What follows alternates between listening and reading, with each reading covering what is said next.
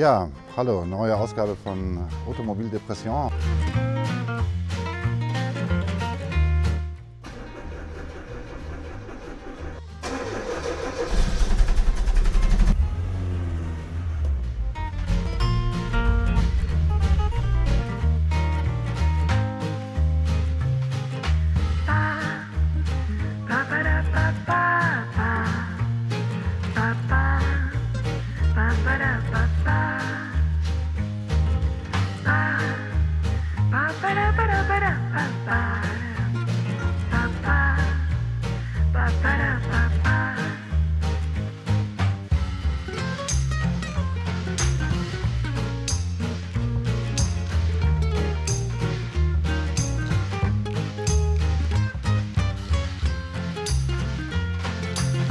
So, nach 5-jähriger Standzeit fährt dieses Auto jetzt relativ normal durch den Berliner Stadtverkehr. Es wird nicht zu warm, selbst das Zusatzgebläse, was dieses Auto schon hat, funktioniert. Er schaltet sich vernünftig, die Bremsen sind noch so ein bisschen mit Vorsicht zu genießen, aber die bremsen sich gleich frei, da bin ich mir sicher. Das Schöne ist ja, dass dieses Auto schon Scheibenbremsen vorne hat, also und Trommelbremsen hinten. Insofern verzögert es relativ gut.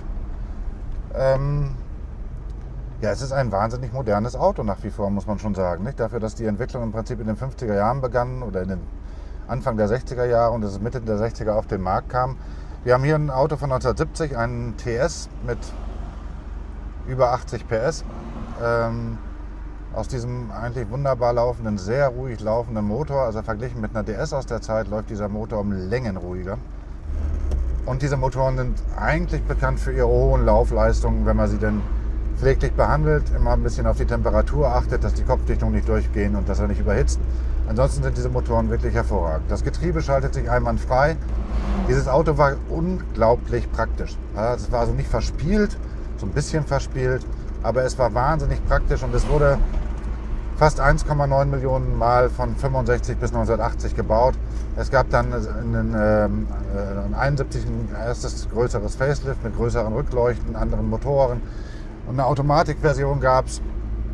Und dann wurden die Grills ausgetauscht, dann gab es nur noch Kunststoffgrill. Also dieses ist noch sozusagen eine der ersten Varianten mit dem Chromgrill und den kleineren Rückleuchten hinten.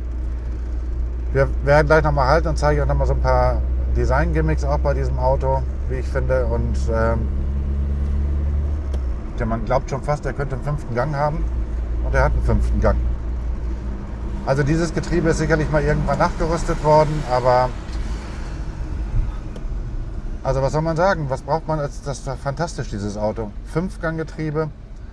Genau, im Innenraum hat man sehr viel Wert gelegt auf ein gutes Belüftungssystem. Ja? Also hier gab es überall Frischluftdüsen, hier war die nicht sichtbar sozusagen die Verstellung für warm und kalt. Hier konnte man die Luft machen, man hatte gut gehendes Gebläse. Und es war wirklich ein unglaublich praktisches Auto, wo man hervorragend zu 6 sitzen konnte. Also hier konnte wirklich nur einer dazwischen, hinten konnten auch noch 3 sitzen. Und man hatte dadurch also eigentlich einen absoluten Allrounder. Und man konnte dann auch halt sehr viel reinpacken. Also das, was wir beim Saab 900 Coupé schon mal gesagt haben. Also Rückbank umbauen, diese riesige Klappe und da hatte man wahnsinnig viel Platz. Das war beim R16, der war der Vorläufer, der hat das allen gezeigt, wie sowas geht. Also das war schon fantastisch. Und wie gesagt, der Renault 16 löste dann 65, man wird es kaum glauben, mit einem Auto, was man hier in Deutschland so gut wie gar nicht kennt. Und was auch in Frankreich wirklich nicht erfolgreich war, es war die Renault Frégate. Die Renault Frégate war sozusagen das Topmodell von Renault in den 50er Jahren und verkaufte sich unglaublich schlecht. Es war so ein bisschen so ein amerikanisches, rundliches Design, so ein bisschen undefiniert, also es kam nicht gut an. Und dann entschied man sich bei Renault wirklich irgendwie was Modernes zu konstruieren, hatte in Italien ein Designbüro beschäftigt und hat sich dann schließlich für diese Variante, für das Fließheck entschieden, was glaube ich ein sehr, sehr guter Schritt war, weil der Renault 16 ist ja damit ein Vorreiter für seine Zeit geworden. Und selbst heute noch, 50 Jahre später, immer noch ein modern wirkendes Auto, auch eine tolle Sitzposition. Man muss das Lenkrad hier nicht verstehen. Man sitzt hier halt diesem Zweispeichen-Lenkrad, was riesengroß ist. Man kann diesen Motor ganz untertierig mit 5 Gängen fahren. Und das nach dieser Standzeit. Irre, oder? So, jetzt fahren wir gleich mal ein schlechtes Wegpflaster. Das zeigt nämlich die Vorzüge dieses Fahrwerkes. Also hinten Drehstäbe, vorne auch. Aber da hat er schon doppelte Querlenker, die durch die Drehstäbe gefedert werden. Hinten sind einfach so Torsionsstäbe und die sind miteinander verbunden. Dadurch auch der unterschiedliche Radstand. Und das brachte einen wirklich guten Federungskomfort, wie ihr jetzt gleich merken werdet, hier auf dieser wirklich ganz, ganz schrecklichen Wegstrecke. So, die Bremsen haben sich übrigens eingegroovt. Also, er bremst jetzt ganz normal.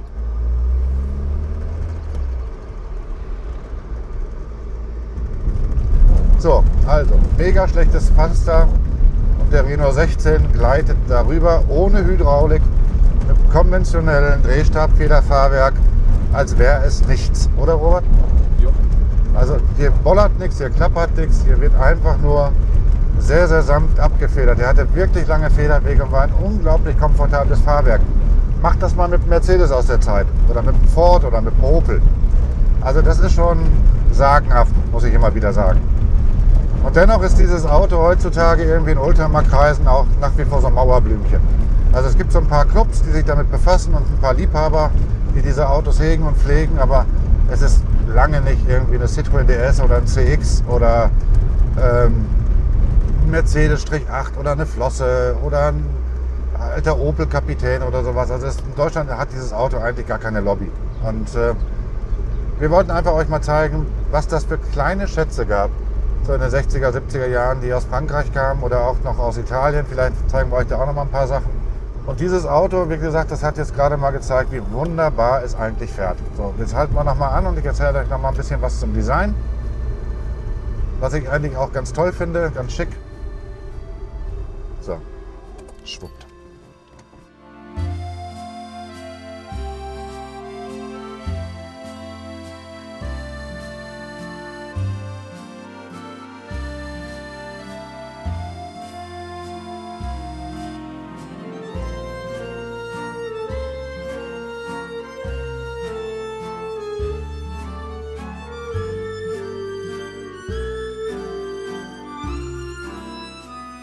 Ja, zum Design von dem Renault 16. Also man hatte hier zunächst rechteckige Scheinwerfer, ein Alugrill, 60er Jahre, 70er Jahre. Und dann hier in der Motorhaube, das war schon mal erst abgefahren, so eine tieffliegende Sicke. Und hier so ein ganz kleines Emblem mit dem ganz kleinen verschämten Renault-Zeichen, der Renault-Raute. Das andere Designmerkmal war natürlich dieser Dachholm. Also der ist hier also so ausgeprägt und zieht sich quasi über das ganze Fahrzeug hinweg bis zum Heck und rahmt sozusagen die Heckklappe hier so ein, was ich immer ganz, ganz stylisch fand. Ja, also ihr seht jetzt hier, wenn ich die Heckklappe öffne, gibt es diesen riesen Dachholm und die Klappe versenkt im Prinzip in so einem Holm. Ja? Und hier hinten, das war auch markant, das waren noch die ersten Rückleuchten, diese schmalen. Dieses Auto kommt ursprünglich bestimmt aus Frankreich, ohne dass ich die Historie jetzt kenne. Weil das sind nämlich Rückfahrscheinwerfer und die waren in Frankreich auch gelb oder orange. Und auch die Bremsleuchte war in der Regel orange. Beziehungsweise das könnte der Blinker sein. Sollen wir das mal ausprobieren? Also es war der Blinker. So, und wenn ich jetzt den Rückwärtsgang reinlege, müsste es orange leuchten. Mal gucken. Nee, tut's nicht. Also das waren auf jeden Fall die Rückfahrscheinwerfer. Da ist vorne am Getriebe so ein Schalter. Wahrscheinlich ist da irgendwie was unterbrochen. Aber gut, immerhin geht das. So, oft gab es auch Hängerkupplung an diesem Auto, hat er auch hier. Da konnte man auch ganz gut was mit wegziehen. Also das ging nämlich auch. Durch den Vorderradantrieb war dieses Auto natürlich auch im Winter vielen anderen Fahrzeugkonzepten der damaligen Zeit weit überlegen. So, TS war so ein bisschen was Sportliches. Der hat hier so um die 83 PS. Der geht auch ganz gut. Also das ist ja ein leichtes Auto, wie alle aus den 70er, 60er Jahren waren die Autos ja leicht. Und sie waren ja auch relativ kompakt. Also wenn man sich das anguckt, der ist ja nicht riesig groß, der ist ja ganz klein. Und trotzdem gibt es hier eine unglaublich gute Beinfreiheit. Also der Beifahrersitz ist jetzt ganz nach hinten gestellt. Und trotzdem kann ich hier mit meinen 1,90 Meter ganz gut sitzen. Habe hier auch genug Dachfreiheit, also das klappt auch ganz gut. das ist alles nicht mehr schön, aber irgendwie hat dieses Auto unheimlich viel Sympathie. Der ist mal umlackiert worden, der war ursprünglich mal grün Metallic. Das sieht man noch im Motorraum, also warum man sich jetzt für diese Farbe entschieden hat, keine Ahnung. So, check, unser Scheunenfund. Gehen die Fensterscheiben noch runter? Ja. Gehen noch runter. Müsste mal geschmiert werden. Was mich auf folgende Idee bringt, euch mal kurz zu erzählen, wenn das jetzt mein Auto wäre, wie ich mit diesem Auto verfahren würde. Also er hat einen riesengroßen Vorteil. Er ist schon mal in Deutschland zugelassen gewesen. Das heißt, er hat auch ein H-Kennzeichen gehabt. Das heißt, man müsste ihn jetzt eigentlich nur technisch sozusagen und auch teilweise optisch wieder auf Vordermann bringen. So wie er fährt, ist das, glaube ich, mit der Technik gar nicht so ein Riesenproblem. Und müsste ihn dann einfach wieder beim TÜV vorführen. Also bei der DEKRA, bei der GTÜ, beim TÜV, wie die ganzen Geschichten so heißen. Und dann braucht er ein bisschen Liebe. Also im Interieur, im Exterieur, der Motor läuft hervorragend. Also ich würde jetzt erstmal die Kerzen wechseln, Luftfilter, Ölfilter, also Ölwechsel, die ganzen Geschichten. Und dann würde ich mit diesem Auto tatsächlich auf Reisen gehen. Ihn mal voll tanken. Was hier hinten noch fehlt, ist der Tankdeckel. Das haben wir gesehen, aber den haben wir ja schon gefunden. Die Stoßstangen müssten mal wieder ein bisschen aufpoliert werden, damit er das H-Kennzeichen nicht verliert. Aber ansonsten glaube ich gar nicht mal, dass das so wahnsinnig stressig ist, dieses Auto durch den TÜV zu bekommen. Er bremst manierlich und sicherlich muss man da, vielleicht könnte man vorne die Belege wechseln und hinten die Exzenter der Trommelbremsen nochmal gangbar machen, beziehungsweise gucken, ob sie gangbar sind und nachstellen, sodass er exzellent bremst, Handbremse und solche Geschichten. Habt ihr das hier gesehen? Das ist auch doch klasse, nicht? Das ist original, das ist jetzt kein Zubehör. Das diente der Aerodynamik. Also hier zog die Luft durch und dadurch gab es ein bisschen mehr Abtrieb und dadurch war das Auto auch bei höheren Geschwindigkeiten sehr gut zu kontrollieren und sportstabil. Niedlich, oder? Ich finde das klasse. So, das würde ich mit dem Auto machen und dann würde ich sehen, ob ich mit dem fahren kann. Und das ist das Schöne beim Renault 16. Teileversorgung, ja, also man muss vieles sicherlich in Frankreich irgendwie suchen und da gibt es auch noch einiges. Es gibt hier in Deutschland so ein paar Anbieter, die so Technikteile haben, das ist nicht das Riesenproblem. Aber so Karosserieteile, da muss man schon suchen, Interieurteile sicherlich auch. Aber man würde da sicherlich auch fündig werden, glaube ich. Es gab dann auch noch so eine Mittelkonsole hier als Zubehör, die hier scheinbar mal dran saß, weil hier sind noch so Schrauben und das ist hier so die ganze Kabellage des Radios, genau, so eine Mittelkonsole wie beim R4, wo das Radio drin steckte, mit gleich einer Box und dann hatte man hier sozusagen einen wunderbaren Mono-Sound. Das Handschuhfach schließt nicht mehr, hier haben nämlich leider irgendwelche Vandalen drin rumgetobt und haben das hier alles verbogen. Also das muss man so ein bisschen liebevoller Handarbeit wieder alles hinkriegen. Aber im Prinzip hat man dann, wenn man dieses Auto dann wieder zugelassen hat in Deutschland, mit H-Kennzeichen, eigentlich einen tollen Allrounder. Man kann mit diesem Auto wirklich Reisen machen, man kann mit dem durch die Stadt fahren, man kann mit dem vieles machen. Und man hat auf jeden Fall für relativ wenig Geld einen unglaublich seltenen klassischen Wagen. Das muss man schon sagen. Also Preisentwicklung beim Renault 16, die stagnieren, da gibt es keinen großartigen Trend. Also sowas beginnt bei 3.000, 4.000 Euro und endet im Topzustand vielleicht bei 8, 9, 10. Bei seltenen Modellen, wobei so richtig selten ist eigentlich kein Modell. Ich finde wie immer die frühesten am schönsten. Die müssen für mich auch keine TS haben und auch keine Automatik. Da reicht auch so ein kleiner Motor. Der wäre hier schon eigentlich so das Richtige. Ne? Das ist so ein Auto wie für unseren Kanal bestimmt. Ein bisschen deprimierend, aber da steckt noch Hoffnung drin.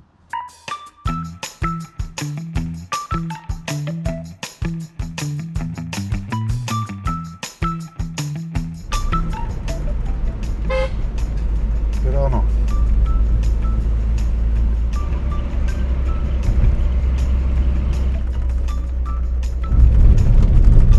Toll, oder? Ja, das ist super. Oh. Scheiße. Fährt nicht mehr. Kein Sprit.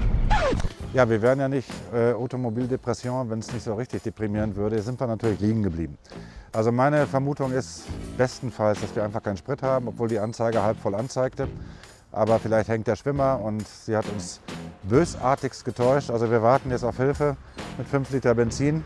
Und wenn dann wieder läuft, dann gibt es noch ein kleines Update. Wenn nicht, sagen wir nie wieder was über dieses Auto.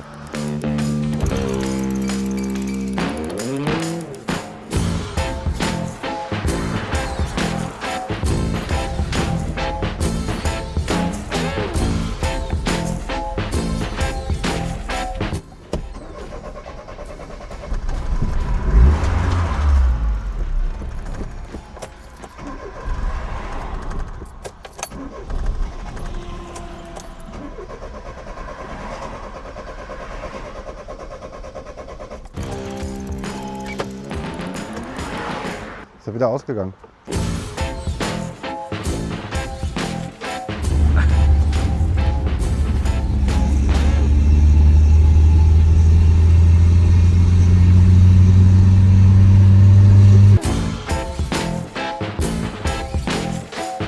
Ja, es lag tatsächlich am Benzin, aber ich fürchte, er hat auch Dreck gesaugt.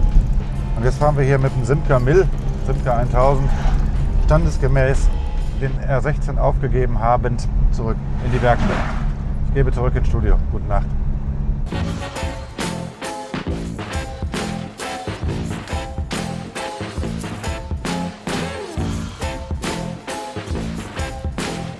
So, unser CX hat neue Außenspiegel, endlich die Originalen, aber das ist gar nicht der Grund, warum ich euch das jetzt nochmal erzähle. Wir haben jetzt also mit dem guten alten CX den Renault 16 abgeschleppt, er ist jetzt wieder da unten in der Tiefgarage. Ich werde mal irgendwann den Vergaser auseinandernehmen, da ist ein bisschen Dreck drin, nichts Wildes ist zu machen. Ansonsten hat das Auto tatsächlich viel Spaß gemacht und dass er jetzt nach 5 Jahren irgendwie ein bisschen Dreck zieht, na gut, sei ihm vergönnt. Also, bis bald, ciao.